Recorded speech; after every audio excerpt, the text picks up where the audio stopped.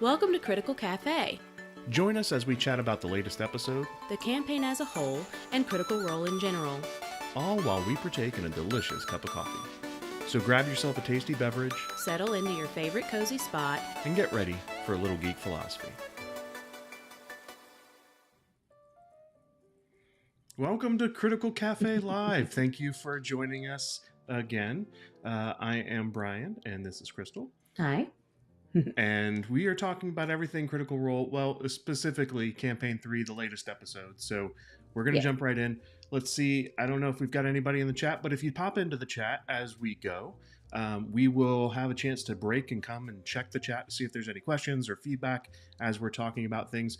What we're going to do first is jump over to the Critical Recap if you guys aren't aware and you ever get behind on Critical Role and you want to go read some things and you don't have a chance to catch our video, then you can always head over to critroll.com and look at Danny Carr's Critical Recap. So we're actually going to use that because we do the same thing taking notes usually anyway. So we're going to use the notes right from the source so that we can give our feedback on what happened during the episode. So here we go. Let me jump over and do a screen share here.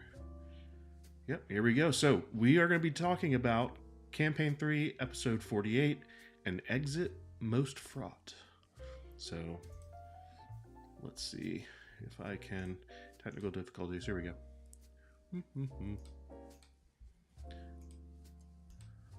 There we go. All right.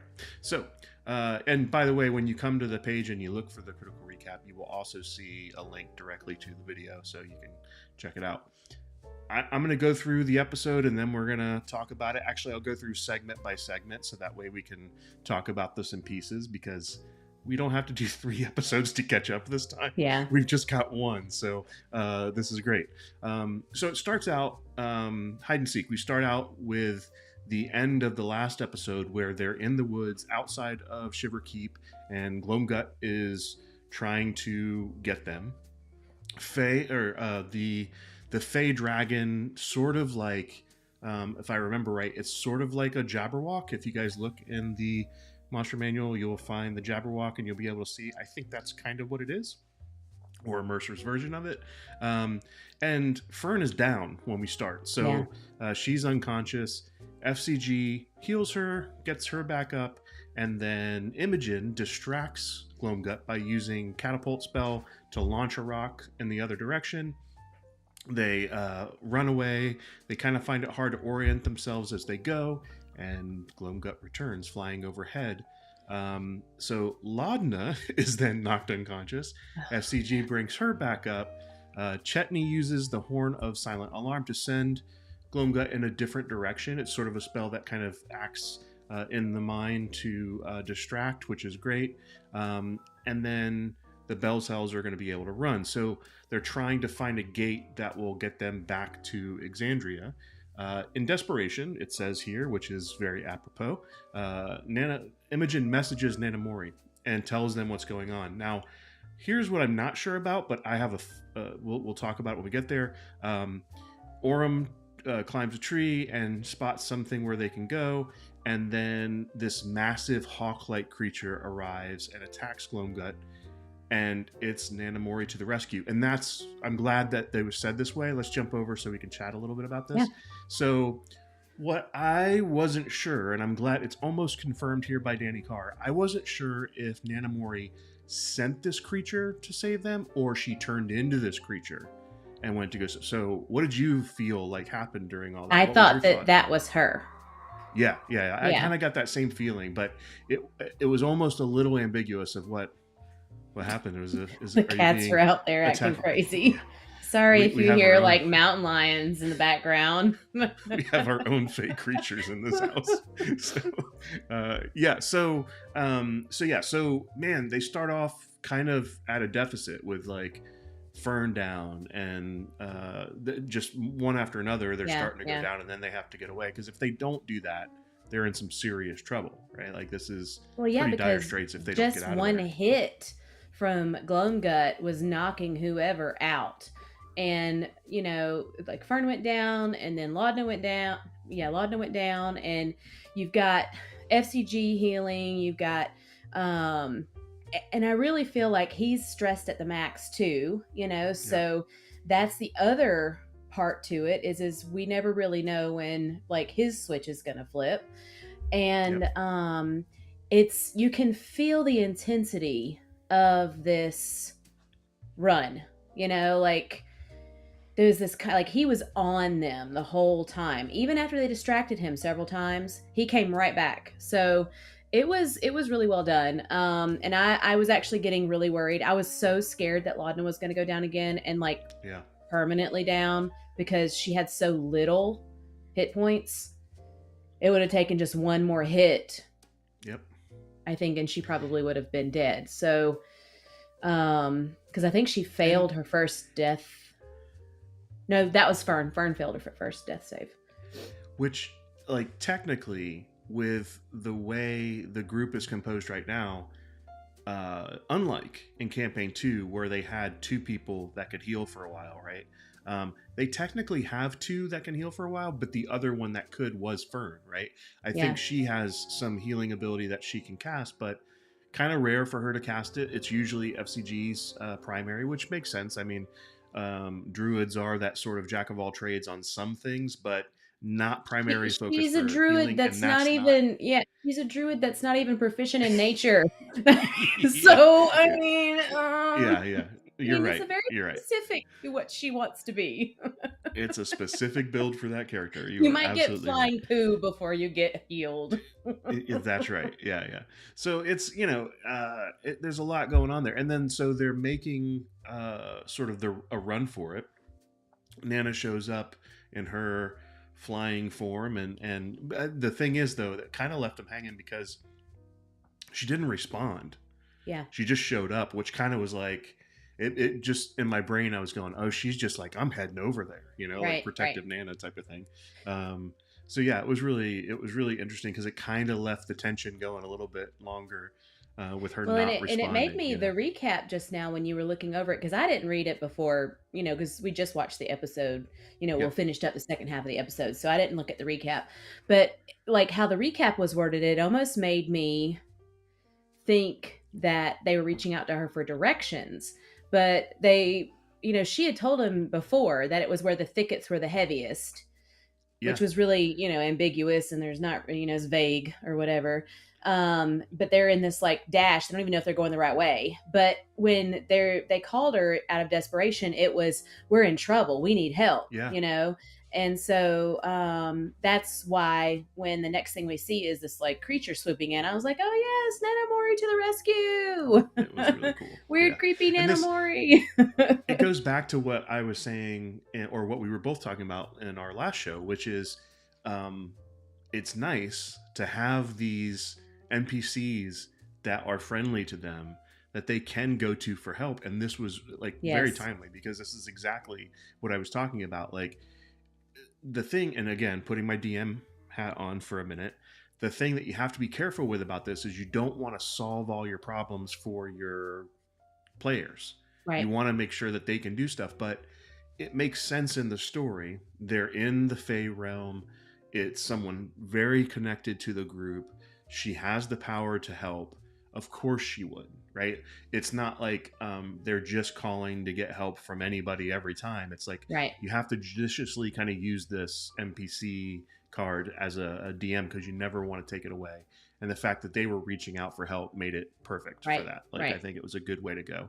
And then they weren't completely out of the woods. They still had to get away. So so let's jump over to the next part here. Let me go back to where we are. There we go. So so we had hide and seek. So then they race to the thicket while Nana fights Gloamgut. Eventually she's hit by the dragon's beam and tumbles to the forest, but Firm believes she's fine. And Gloamgut has seemingly lost their trail for the time being, and the group finds the portal and the archway between these trees. But then they have to, they come across this other being, Tarash the Lidless Slumber, and he is sort of like the troll across the bridge that you have to answer the riddle, or you have to defeat. And this is a little bit different. You have to pay a tithe, so to speak. which is something that they have, but then you also have to say a rhyme, and then you present this, and then you're able to pass through the gate. So Ashton does a successful rhyme and then says a thimble that he stole from Fern, and then Ashton exits, and everybody uses the cream from Nanamori to affect the combat of the time change, because they're worried about like the shift in time between the prime material plane and where they are there. And then Imogen's rhyme is kind of crazy, offering a pot holder.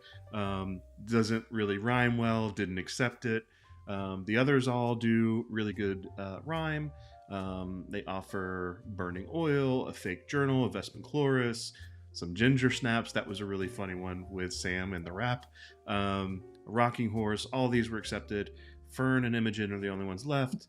And Imogen again rhymes poorly, but after her offer of the Harrow Call Veil, it's accepted. And then Fern's last to go, and she rhymes and offers the skeleton key. And Tarash tells her she's always welcome home before throwing her through the portal. So they've got this whole rhyme time thing that they're doing, and it was just a lot of fun, and gave a good chance of role play and levity before they have to escape back to where they were. So what'd you think?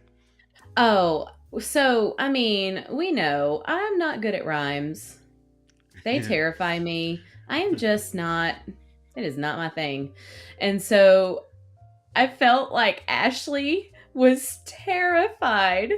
She was just like, and then I saw her looking down. I was like, she's trying to find a rhyme somewhere to use. Ashley was you in that moment.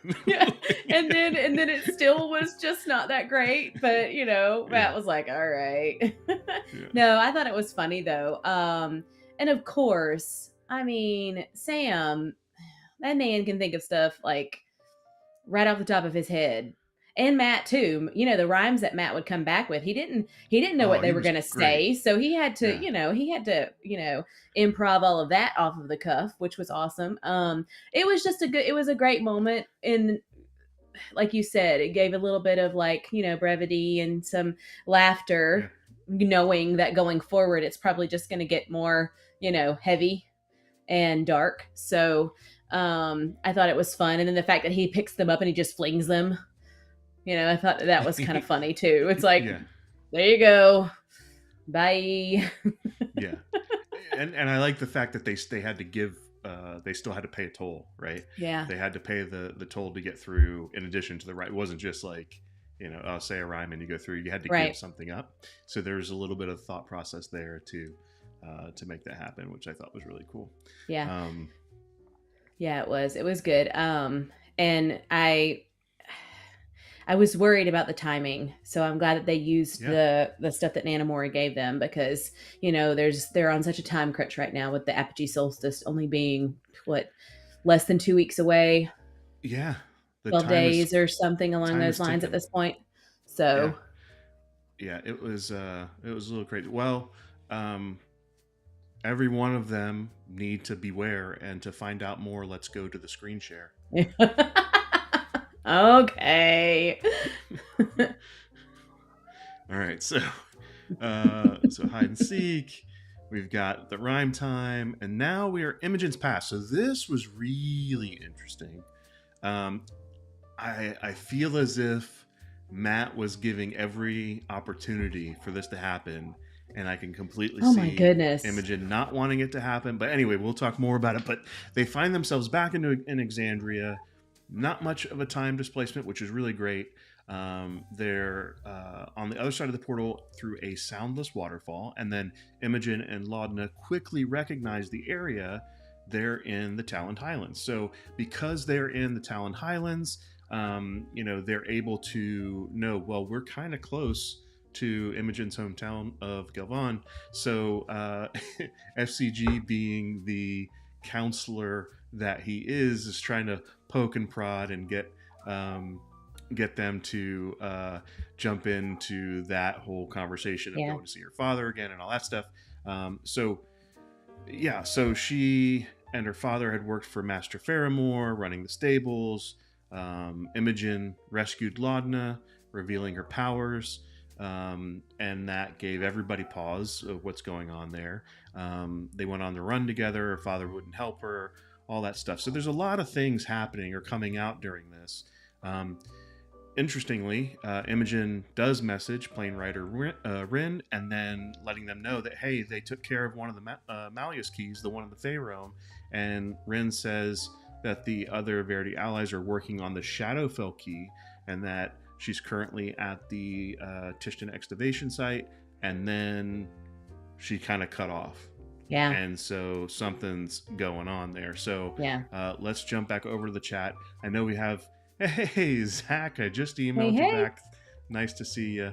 We'll bring you on here. So it was nice. Yeah, thanks. Yeah, so Zach is also a fellow D&D / role-playing nerd like us, so welcome to the chat. Glad to have you. And also, I think that with all this stuff going on, it's sort of telling, like you said on the last show, about FCG kind of pushing the limits towards his whole, like, being the cleric, but like the change bringer stuff, and like, Oh my goodness. it seems like he's testing what he can do, which is really interesting. Like, I his role is sort of as the potentially annoying cleric that's trying to get people to turn, may be turning that way. If they don't, I think they're giving him a little bit of leeway because he's finding out about himself, but I think in some ways he's starting to push it on to other people a little bit. Right.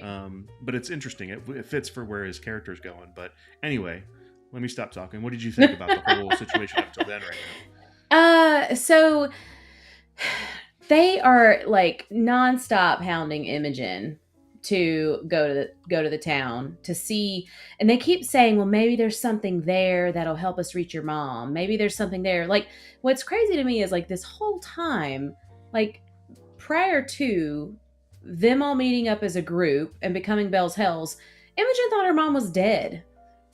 Yeah. Like, since she was an infant. So the fact that the whole group is like, maybe your dad has something that can help us reach your mom, seems extremely far-fetched to me, you know. And it's like they just kept hounding her, and I could tell, like, Imogen or Laura, whichever, I could tell that it was irritating her. But she finally was just like, fine, whatever. And I guess they start heading that way. But I don't know, the fact that they ran Laudna out of town, they were calling her a witch, and we know something must have happened with Imogen and her powers. And she said this whole time that she thinks her father is scared of her, and that he's kept his distance. So I don't get the feeling that her father is a very warm, accepting being per se. Yeah, and we get a little bit more about that as the episode goes on. Yeah. I do think that this is where maybe I'm metagaming, so to speak, watching a little bit, but like, I agree with everything you just said about them pushing her, but as being like, well, what are you doing? I think the players, on the other hand, understand how interesting it's going to be if they go.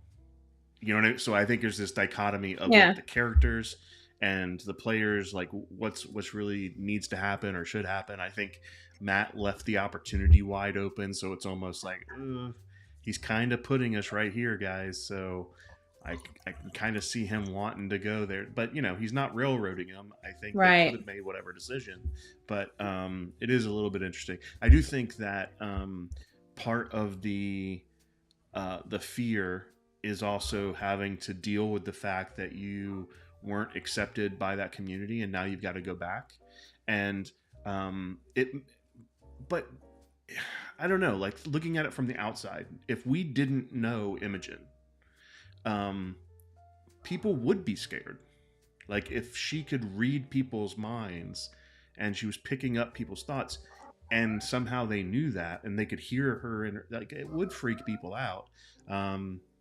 I just think it made it worse that her father didn't have her back about it. Yeah.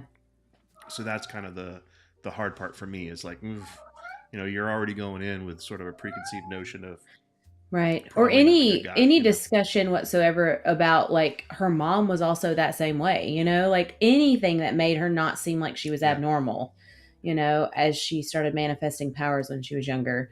I think that's Totally. probably why she was so enamored with her horse. It's like the kid that goes off and has a animal companion because nobody wants to play with them, nobody wants to hang out with them. They're just a lonely child. That's kind of what I see for Imogen, and which is it explains her and Laudna's relationship so much better, because Oh yeah. in a lot of ways, especially when we first met them, you're thinking, okay, well, Imogen's not that different, right? I mean, she's not. But then the further we get through the story and we start seeing what she could do, she doesn't look as different. Yeah. Even though she, the marks have grown on her arms and on her body, but outwardly she doesn't, she looks like a human. She doesn't have like an off-putting appearance. So, but it makes sense because they're, they both have struggled in society. So they've got such a close bond. And with power or something affecting them that they don't have complete control over. Right. Which is an interesting sort of trope to deal with, that is running amongst the entire group right now, with the exception of probably Liam's character. I mean, he's the only one that doesn't have that something about me is uncontrollable type of thing. So he's the only one that's not a ticking time bomb. Yeah, but also, under the right pressure, Yeah, and also you said it too, like, but still, like, playing it down the middle, as old school as you can get. A halfling fighter, or he picked a fighter instead of a rogue, which is great. But like the two of the classes that have been around since the beginning of D&D, you couldn't get more down the middle with that choice, and yet he has a really interesting character. Yeah, like the way he plays it makes it just shine, So I think it goes to show, like we've said before, that like you can play any combination of species and character class and background and make it really interesting and fun. Yeah. So well, that's how I feel about it. I mean, I really think that the people who feel like they need to have some crazy outlandish mix of things, it's because maybe they find it hard to come up with an imaginative personality for the person, or the being. I personally I could play a human, I could play an elf. I like different races just because there's flavor in what they look like. But really across the board, I don't pick a race because of their qualifications or what they're going to give to my character, or it just only matters if that means something to the actual game, like the character itself. I can see both sides of it too. Like, I guess exactly what you said. Like, you can do a lot without having to be ultra out there like with combinations and things. However, I totally get the appeal of doing the other way too, because if you're going to play a fantasy game, you could go all out and do all kinds of stuff. So I don't think that there's anything wrong with going the other way, but it is nice to show that you can play a basic class and a basic race and still do great with it. So I really like to create a character that I feel will give a lot of good support. I don't know, I don't create a character that I don't usually want to take all the limelight. I don't want everybody to be focused on her. I want to share, really, because I bring a lot of people into playing the game, so I don't want it to seem like, oh, it's the Crystal show. I'll help when I can and how I can, but other than that, I try really hard to prompt and 100%. So I just think it's all in your imagination and like what you can make it. But I think that Liam is such a good role player. All of his characters are amazing. They really are. And I don't know if it's during this segment. We'll jump back over and take a look at the notes. But I don't remember if it's during this exact segment or if it happens in a little bit. But Orm pulls FCG aside and asks him, "Hey, are you doing okay?" And has that same kind of Yeah, conversation that we yeah. were just talking about, going, "Are you sure? You all right?" Because he keeps Yeah. like pushing. He's the like, limits "Where on are some you things. at on your chart?" Exactly, yeah. So even from that perspective, Orem for the group is doing a lot. So let's Right. go take a look again. What we got here? So, all right. So we have the hide and seek, rhyme time, Imogen's past. We talked about that. The question mark. So they're worried about Rin. They can't help her from here. So it's going to take a few days for their skyship. So they know that they're going. Oh, here we go. Chetney convinces Imogen to return to Galvan and see if her father has anything to do with their mother that can help things out. They message the skyship, and Xandus says they will meet him in Galvan. And that's when what we were just talking about happens, where Orm asks FCG if they're doing okay. They've been on edge. Is there anything they can help with? And they say that they have new clarity with Changebringer, and it's sort of like he needs to make a new future now, or they need to make a new future. So, and he's like, "I'm going to go with the coin." Whatever the coin says, and Orem kind of says, it's possible that you could learn more one day, but FCG thinks that the Changebringer is telling them to look forward and not worry about the past. So he feels like a big question mark, and Orem reassures him that everybody feels this way, even he does, and after all, he doesn't know what his purpose in the world is, and FCG reminds Orem that he has a purpose in protecting Keyleth and doing things right by his husband and father, and what happens if he succeeds at that, and what comes next, and that's sort of the big question. So let's jump back over and talk about that. So that's that whole conversation really summed up well, the what comes next. And I think that's sort of it's like a life question that everybody deals with, but it's interesting to kind of see how this play out. So let's see, we got some from the chat. Let's bring it in. Yeah, so Zach says Liam and Sam are also really good at including the other characters and players when they haven't had much moment during. Yeah, that's really well said. That especially when other people haven't had a whole lot to do or had things coming up, they include them and they kind of make everybody feel as part of it. And so this is, in a lot of ways, I think it's sort of a good note for just people playing the game. So if you watch Critical Role as sort of a guideline for how you aspire to play the game, which not everybody does, but there are things you can pick from it, even if you don't want to play the way they do. And I think this is a really good example of that, like letting your other fellow players shine, and letting them asking questions to bring things out is a really good thing. So great call out there. Yeah. Well, and we see it a ton. I think it's part of Liam's character himself.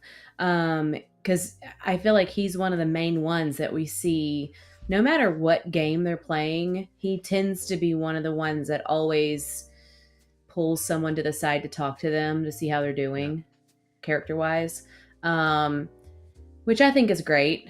It definitely, it gives these moments of insight into, personal feelings versus like where the person's at, like with the group.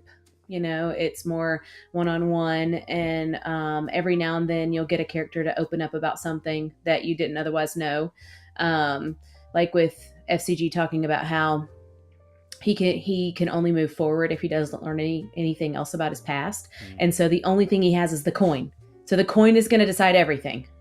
Like, okay, dude.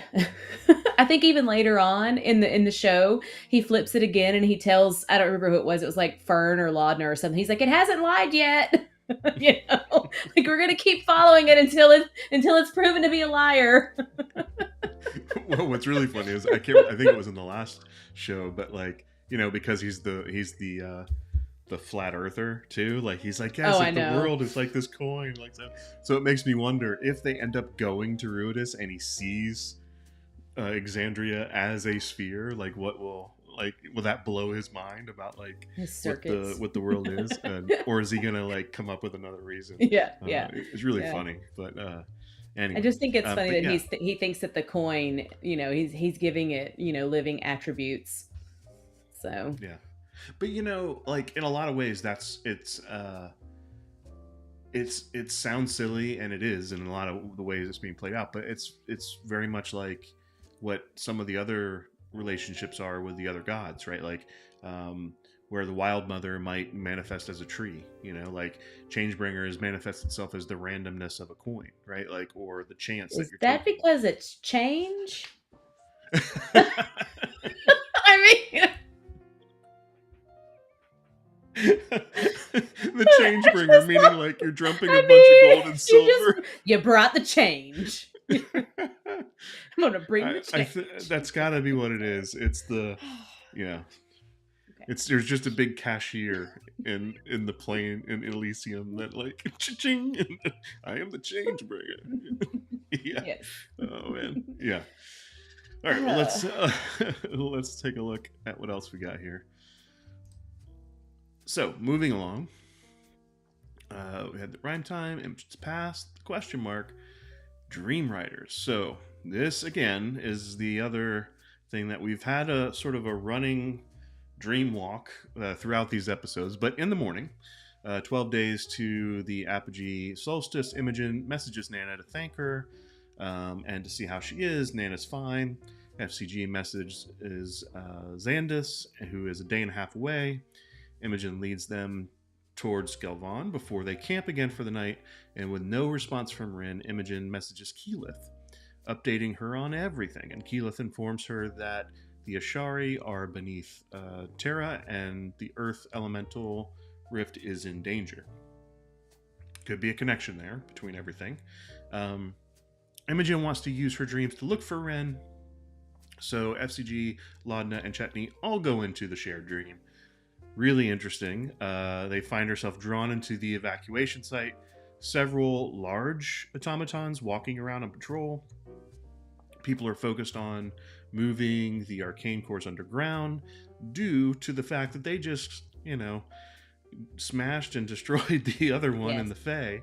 So they now have, this is kind of transferred, I guess, energy here. So the energy, the key is larger and than the one it is on the Fae realm. So Imogen finds Rin, but she's turned to stone, and she's sort of left in front of the key as either a trophy or a warning. And FCG realizes that the machinery of the town is very similar to his design or their design. He got close enough to see it, which is, I think, what triggered some things. They suddenly spot Odohan Thule. And then everybody tries to wake up, but only Imogen and Laudna this time are successful. Chetney and FCG are left behind, and Odohan punishes them with a psychic attack. They both wake up with a point of exhaustion and a bunch of damage. I don't think they put this here, but they took a lot of damage, psychic damage, which I think that was the first time they woke up with not just exhaustion, but actual physical psychic damage that was being taken. Yes. Yeah. So what do you think? There's a lot going on in these dreams. Yeah. First, I wasn't really thinking that it was a great idea to have everybody go with her. Just with the fact that Laudna had kind of gotten stuck the last time. So I was really worried that someone could get left behind. The more people they take, the more chances that somebody could be disconnected or left behind. And I think at that point, I think this was the first time we really got to understand the dream mechanic that Matt was using. Because, Laudna was able to wake up last time. This time, how Matt explained it was Imogen was the tether, and once she was gone, everything, like the colors leached out because everything was red, had a red haze, and then it turned black and white. And then eventually they would have been kicked out. So I'm like, okay, all right. They wouldn't have been stuck there for forever. But we didn't know until he said it this go around, like we had no clue if they're going to be left behind and they're, Love it. would it be their consciousness? Is it their soul? Like, what is it that's like projected into these dream, sequences? But I love this about, like, again, it's just DM hat again, but this is the stuff that I love about tabletop role-playing games in general, D&D, Pathfinder, whatever it is you're playing. You have mechanics, and there are spells like Shared Dream and all these other ones. But then there are just things that as a DM or a GM, you can just make up. And you just say, this is the way it works. This is how this dreamscape works for other people that are in and how they leave. Or even his resurrection mechanic where they have to, call the soul back and things like that. That's not in any other book. That's a homebrewed, this is his rule type thing. And I love that because it just adds more verisimilitude, to quote Matt Colville. It makes you feel as if it's real, right? Like it gives realism to the game, makes you just be immersed in it completely. So yeah, totally love when that kind of stuff is revealed a little bit, because then you get a feel for, like you said, how it all actually works in his world. So anyway, is that what that word means? Yeah. Yes. Okay. It's a feeling of realism. Yeah. Okay, gotcha. So yeah, then of course on top of it we see Plane Rider Rin is petrified right in front of the structure for all to see, and totally freaks everybody out. And then of course, they all of a sudden they can see Odahan's eyes. So one thing like that gets picked out of everything is like her eyes. And I think there was even a moment where Matt was like, she says, "Oh, I recognize you," or something, like that. Which is when they were all like, wake up, wake up, wake up, wake up, wake up, wake up. But I know that at the table, I think there was a little bit of confusion because I know that Matt was explaining the machinery around the key and around the like area as being similar to like the Aormaton type machinery, like it's maybe familiar. But I almost want to say he wasn't saying necessarily that the robots themselves or the other automatons were really similar. But I think that the table kind of, maybe I heard it wrong or maybe they heard it wrong or whatever, but they kind of went, Sam, I think, might have heard that they were similar to him and that maybe the same maker made them. But I could almost swear I heard Matt say that the machinery around the area. Yeah. So that'll be something I'll be interested to kind of look at next week or whenever we have our next show to see if that gets clarified, or I'll have to go back maybe and watch it. I thought it was like what Sam said. I thought that he was talking about the automatons having a similar type feel to what they're, but it could be right. It could be But if you go back to that, if you go back to the page, it doesn't say that. It says the machinery, that's why it makes me think, and maybe Matt will, just kind of go with it since it's already become its own thing with the group. But I felt like I was like, wait, I don't know if he said that or not. I don't know if he said that those automatons are, where's it at? It says the machinery around the tower is familiar to them in design. Yeah. Okay. It doesn't, I don't think Matt said that the machine, like the actual automatons were, but I think the group kind of, because sometimes they talk amongst themselves and I think sometimes they miss some explanations of things. That so could be. Yeah. It'll be interesting to kind of go forward to see what exactly Matt's talking about that is familiar. So maybe it's some of the key itself. They've both. Excavated stuff from certain sites, Aor and whatnot, to help build the huge monstrosity that they've got there. It makes me wonder why they wouldn't have noticed that at the first key, though. Or maybe it was just because FCG wasn't close enough to see the mechanics of it or something. I don't think it was at the first key. Because Matt explained in that moment that you get the sense looking at this one that this one is the main different one and the others were tethers. So they're not all the same. They're just tether points, kind of. No, you're right. That makes complete sense. Yeah. So, well, since we're here, moving on, they is a great point we need to go check out between Yeah. our shows. So then they wake up. They have their move towards Gilvan, and then people start recognizing Imogen and Laudna and kind of stay away as they walk in. They can see the Silver Sun skyship in the distance, so they start looking for Imogen's father, Relvin, at the stables, but he's finally willing to talk about her mother. And he believed that telling Imogen that she was dead would be easier than telling the truth. He doesn't know when her power started, but suspects that she had them before they met, and that she was keeping them a secret out of either fear or shame or whatever. Relvin thinks that Liliana left because of the mystery of her gift was stronger than their life together. And a year or two after Imogen was born, she was having constant dreams and was afraid that Imogen would follow in her footsteps. And she was told Relvin about her powers, explains that Liliana is involved in something bad and they're trying to help her fight it, but Imogen doesn't know her well, right? So does he have anything that can help pull it back? Hasn't seen her in 20 years. Remembers her as smart and sweet and strong-willed, but she didn't belong here, and she hoped that she would leave this place that they would leave the place together. So Fern asks if they kept anything of hers, causing Relvin to kind of go and say, hey, I'm not lying, this is what it is.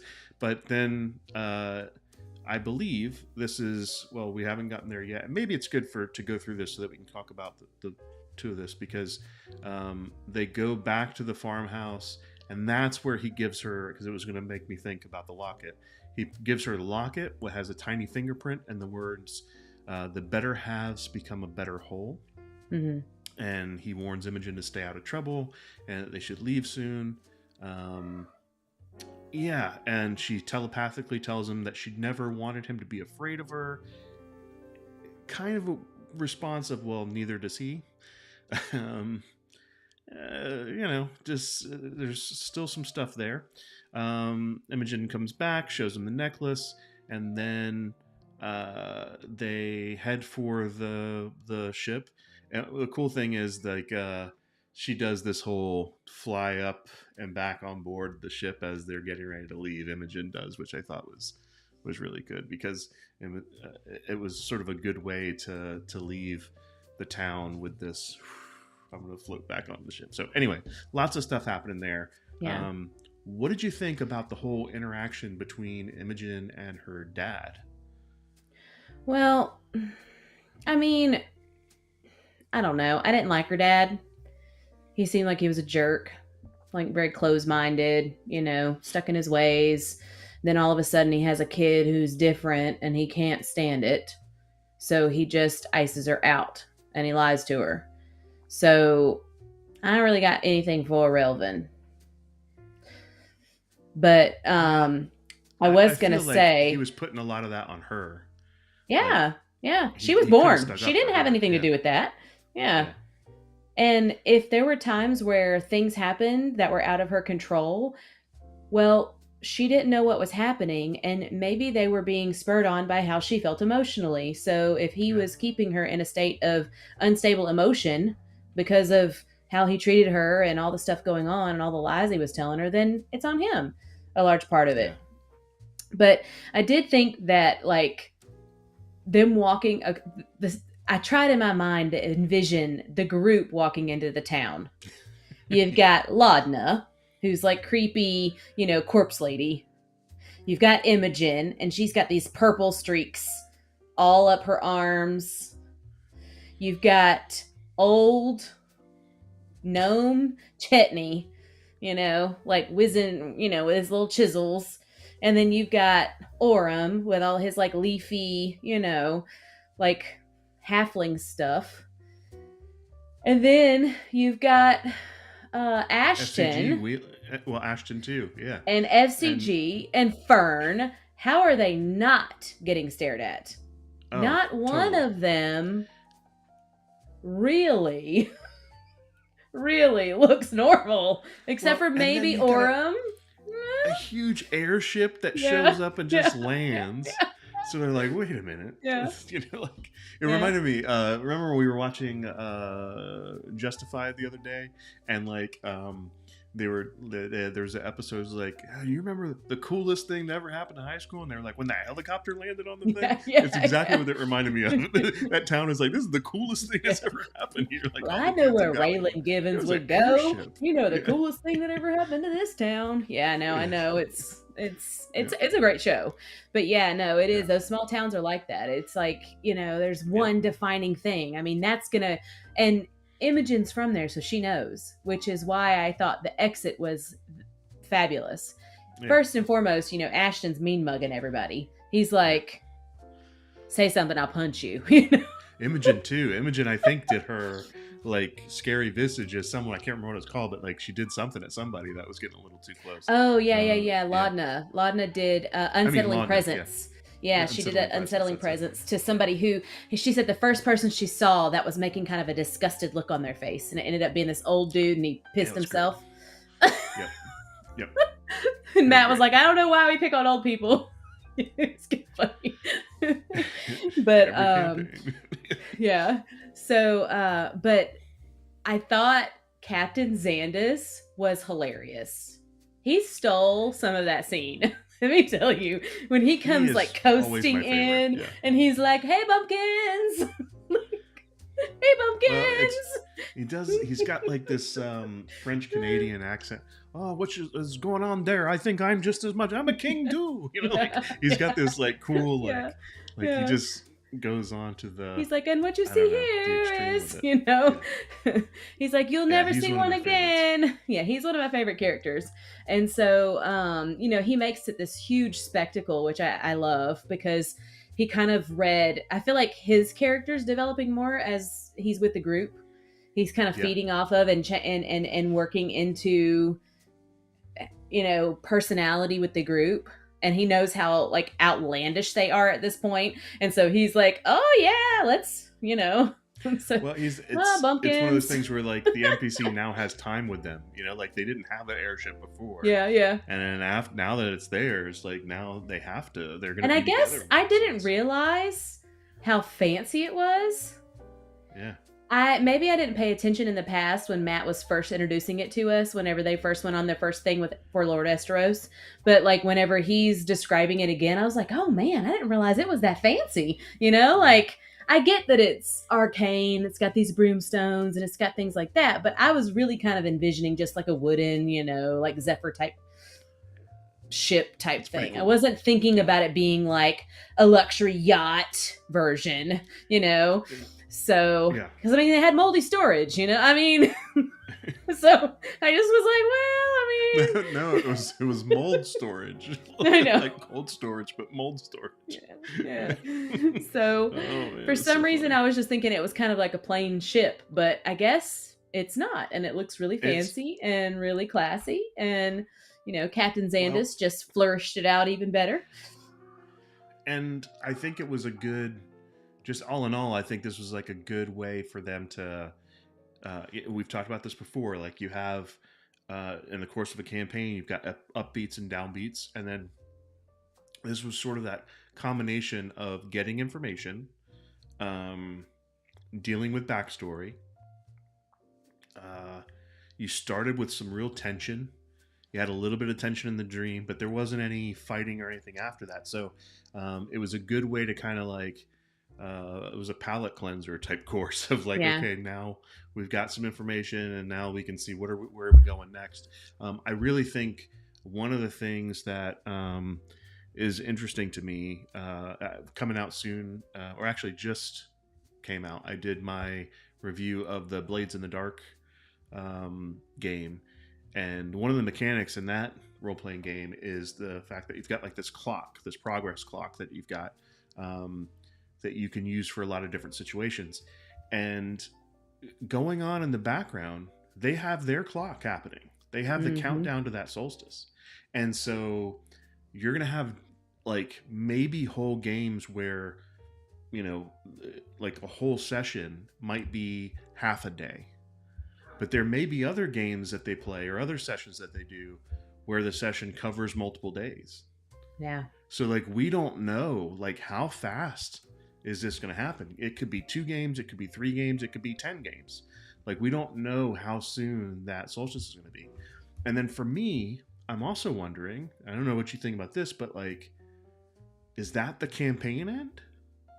Yeah. Like after the is that just a big milestone in the campaign? Right. Because it seems like this is, if it is, it seems like this is a much faster campaign than what happened with campaign 2. Yeah. Definitely than campaign 1, but for campaign 2, Right. Compared to this, I think, unless I'm just not counting the time right, but it seems like they haven't been playing as long with these characters. But I'm just really curious. Well, like, and what my happens thing, after the right, and one of solstice? the things that I said the other day is, one of the comments that Matt made prior to this season starting is that the gloves are going to come off. And so in my mind, that hasn't happened yet. Yep.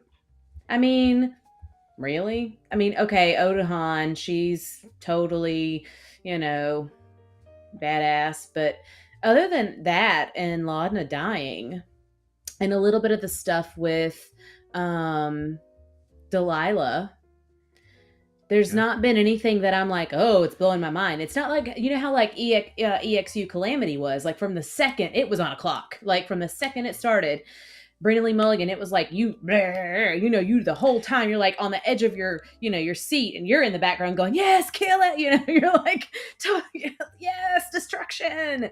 Totally. Because a lot of times you don't get to that stuff, in a regular game. That's not, you're trying that.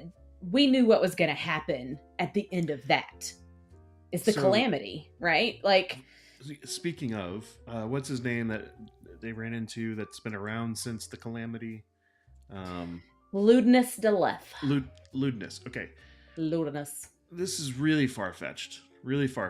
But like, what if Ludinus is someone like Asmodeus?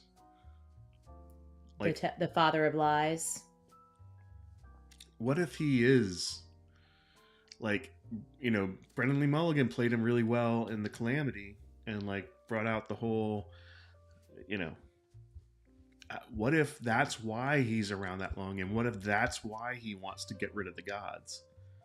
Yeah, my thing is how has he been around since the Calamity?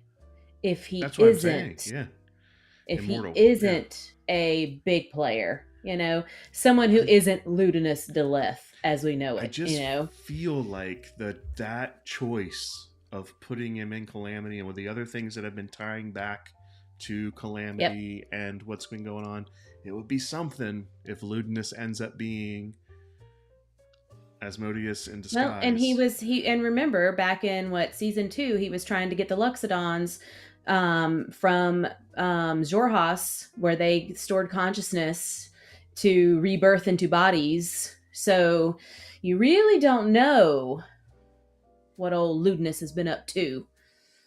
And then he talks about, he was telling Imogen and Fern, was it Imogen and Fern that were in there? I think so, that this has been the culmination of his life's work, releasing Predathos. So if we're to believe that, then everything that happened in season 2 with him trying to get the Luxodons and all that was to further this. So when the going after the Luxons, going after all this stuff. The Luxons, not Luxodons. Yeah. That's okay. So going after all those things, like I mentioned a few shows back, I just have a feeling like that he didn't finish in campaign 2 all of the plot threads, and then a large portion of what's happening with this is one of his things that he had written and put together for campaign 2, and this is the natural continuation of being able to pull that back in. I just feel like there were a lot of things, because again, campaign 2 went the direction it did in large part because Molly died. Yeah. I mean, because Molly's character ended up being the big bad evil guy at the end, like a version of him, right? So if that wouldn't have happened, who knows what that campaign 2 would have really ended up like. So I think this may have been part of his initial story for campaign 2, which that's what DMs do. You save stuff that you don't get to so you can Yeah. reuse it later, and it's good stuff. So I think Well, it's really interesting. One of the things that I have kept in the back of my mind this whole time is, the only character that got out of that was Surette. Surette, that was his name, right? Yeah. I know what And you're talking about. Yeah, and Paisha's memory ball was given to his daughter. From Calamity, you mean? Yes. Yeah, in Calamity. And so, like, that's got to come in somewhere, some way, too, I feel. Because it stored all of the information. And so I feel like there's, like, the threads have to start coming together at some point, especially if, like, this whole time since Calamity, Ludinus's whole thing has been to release Predathos. So I feel like some things have got to start kind of, coming together and making some more sense. It's going to be interesting. Yeah, I think so. I don't think I said a few days ago, like, what if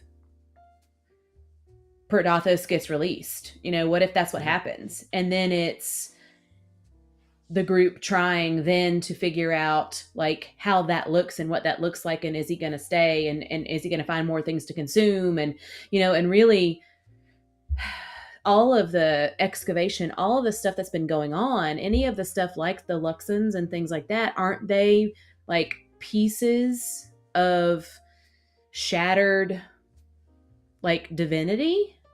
Yeah, there's so much at play with, like, what came before all that stuff, and a lot of the things that even in the lore that have come out now have been all pre-Calamity stuff in a lot of ways. A lot of the things that they're talking about, right? So, well, I think even the Broomstone. I think the Broomstone is a mineral that's mined from a vein from where a god was laid to rest or something. So it makes you wonder, like, so in the day and era of that they're in with their modern whatevers that they have, what does it look like? Predathos consuming the gods. What does that look like? Does it look like every single stitch of anything that they had a part of, including all of the little pieces that have, morphed over the years and turned into other things? Or I don't know. It'll be interesting.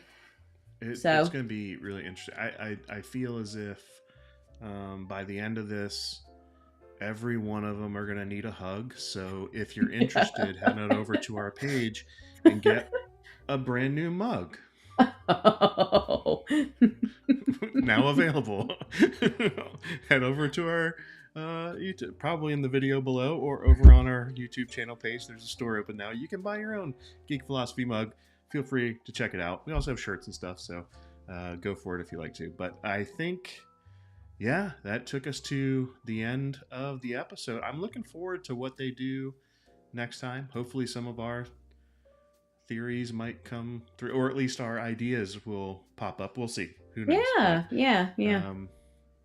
All right. Well, thanks everybody for sticking with us. Oh, let's see. Zach says, I also want to know what Chetney knows. We're seen in 400. Yeah, yes. No kidding. Thanks, Zach. Like, this is another thing too. Like, long-lived player character races. It's something that's pretty fun to play with when know you've been around that long. Who knows if they're going to go back to the toy factory at the North Pole though? So, well, and my thing with Chetney is he's at this point where he just says so much stuff to sound relevant, but I almost wonder if he just throws all of that out there. He does it on purpose to make Travis himself seem unassuming, like. Yeah, we'll see, right? Like, I think it was just how that character came to be was just interesting to me. Like, just the development of Chetney as a character. Yeah. All right. Well, thanks again, everybody. Thanks, Zach, for showing up in the chat, and everybody else that was able to make it. And we will catch up with you guys next time. Bye.